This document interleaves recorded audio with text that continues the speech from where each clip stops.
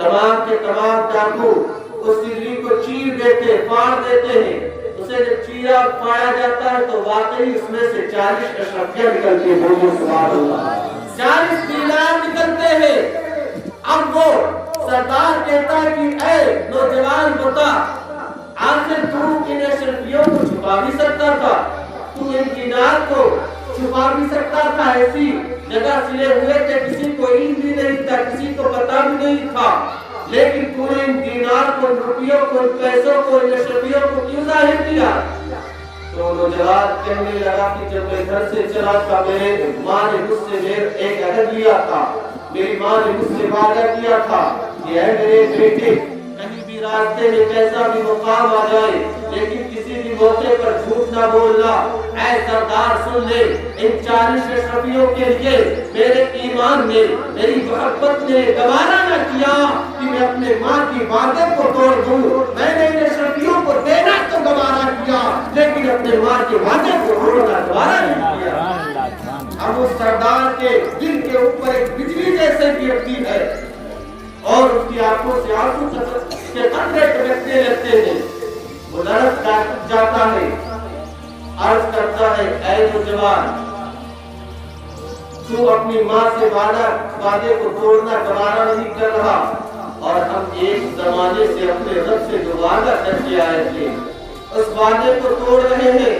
اے نوجوان مجھے بھی وہ دین سکھا دے جس دین پر تو عمل کر رہا ہے. مجھے بھی کلمہ پڑھا دے جس نبی کا تو کلمہ پڑھتا ہے. میرے دل میں بھی اس کی محبت ڈال دے جس سے تو محبت کرتا ہے. جب تمام ڈاکوؤں نے اپنے سردار کا یہ حال دیکھا نا تو تمام ڈاکو کہنے لگے اے سردار جب آپ کو رنجنی کرتے تھے, جب آپ ڈاکہ ڈالتے تھے پھر بھی ہم آپ کے ساتھ تھے.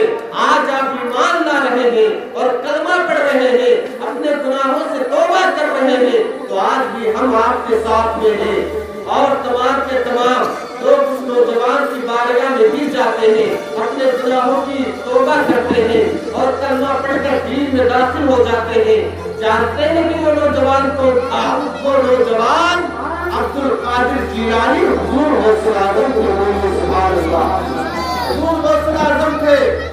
حضور غوث اعظم فرماتے ہیں کہ وہ پہلی جماعت 40 ڈاکوؤں کی تھی جس نے میرے ہاتھ میں کلمہ پڑھا تھا اور مسلمان کیے تھے.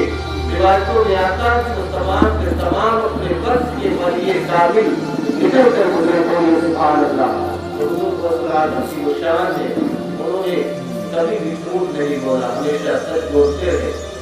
تو ہمیشہ سچ بولے. حضور غوث اعظم کی پیغام کو سمجھے. صرف میلاد کرانا, یہاں بیٹھنا, یہ چیزیں ہی حضور غوث اعظم کا جو طریقہ ہے, انہوں نے چیزیں کی ہیں جو بتائی, اس پر عمل کریں گے تبھی ہماری دنیا و آخرت سمجھے گی. آپ حضرات نعرہ لگاتے ہیں کہ غوث اعظم کا دامن نہیں چھوڑیں گے. دامن کا مطلب دوسرے کا دامن نہیں ہوتا ہے. دامن کا مطلب ہوتا ہے کہ اور طریقے پر انہوں نے جو چیز دکھائی ہے. حضور غوث اعظم 40 سال عشاء کی نماز سے فجر کی نماز ادا کی ہے. بولیے سبحان اللہ. تو اے لوگوں آپ سنتے ہو کہ رات کو وہ عبادت کرتے تھے, ہم تو عشاء کی نماز کے وقت ہی ہو جاتے ہیں, فجر کی نماز بھی ہوتے ہیں. اے لوگوں نمازوں کی پابندی کرو, اس کو اذکار کرو. اللہ تبارک و تعالی ہم سب کو دنیا سے زیادہ عمل کرنے کی توفیق عطا فرمائے. آخر دعوانا الحمدللہ رب العالمین.